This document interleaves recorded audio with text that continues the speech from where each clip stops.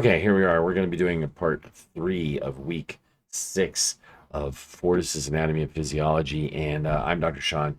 This is part 3. There's part 1 and part 2, as you can see up here on the top of the screen, part 3 of 9. This is the assignment. Okay, so we're going to go through these really quickly. There's a lot of words there. I got 1, 2, 3, 4, 5, 6, 7, 8, 9, 10, 11, 12. This is the female side of everything. We just did the male. That was part 2. The corpus luteum, corpus means body. Like a corpse means a body, or a corps means a body of people, like a Marine Corps, esprit de corps. Everybody gets it going. Luteum means light, okay, or white is what it can mean. Becomes this non-secreting structure, so it doesn't give out anything.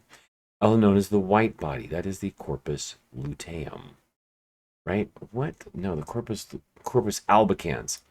Okay, albicans. That's what it is. Corpus albicans. Albicans means white. Alba. Okay. Jessica Alba. White Jessica. Isn't that weird?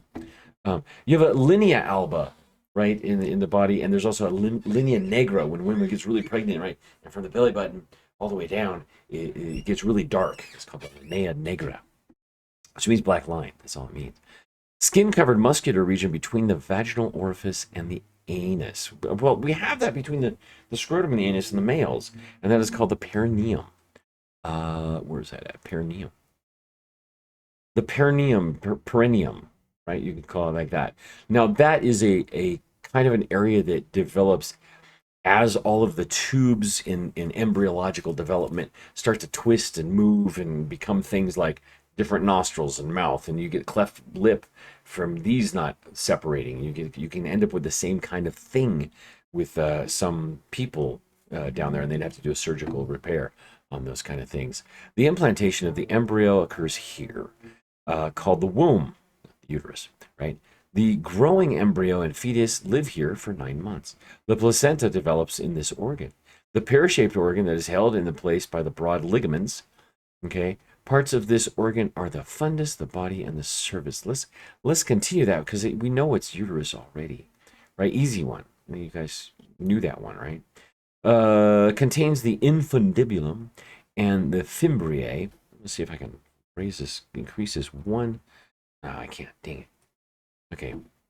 Fimbriae are like fingers, and they actually so little guys. You see it like a picture like this, and there's like the ovaries would sit right here, and they'd pop out a little egg. And the fimbriae would like do this, kind of like coax it in and then get it to go down. The infundibulum fimbriae, known as the uterus, the fertilization occurs here is the fallopian tubes. Where are we at? Fallopian tubes. Fallopian's a person's name, so it should be capitalized, but whatever. Also called uterine tubes nowadays because they've changed some of those things. The mons pubis, the labia, and the clitoris are also called the vulva. Are they going to tell us the vulva again? No, external genitals. So the mons pubis is also called the mons veneris, which is the mountain of Venus because of the idea of love. Pubis, the pubic bone, is the mountain, right? Is the that part, right? The labia, you have labia majora and labia minora, which means major and minor, and the clitoris. Okay, a 4-inch muscular tube that extends from the cervix to the vaginal opening of the perineum. That's going to be the vaginal canal. Muscular, yes.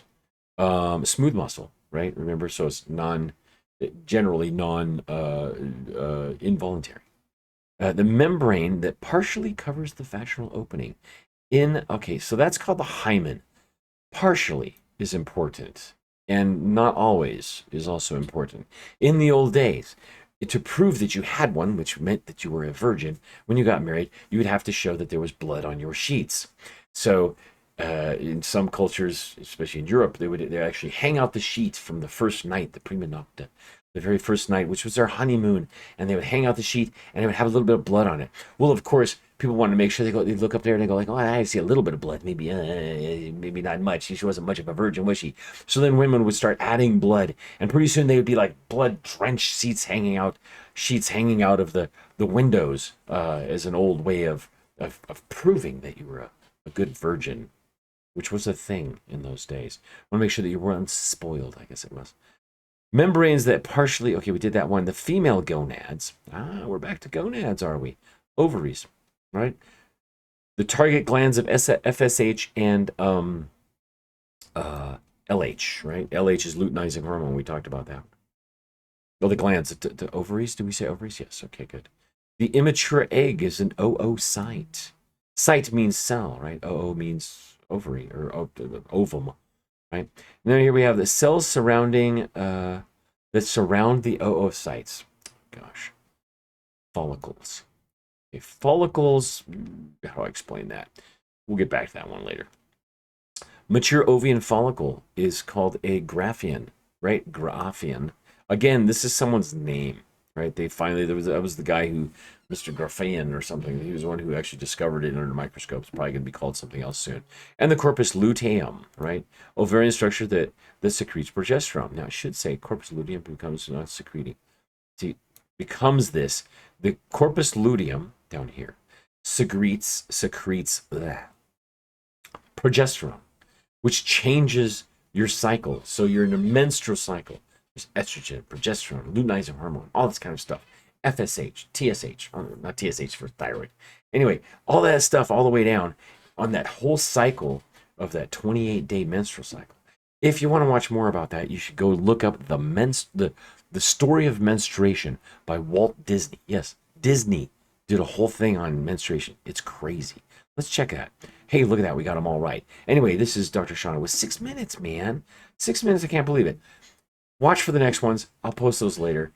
Just keep going if you need to keep going. We'll talk to you soon. Bye.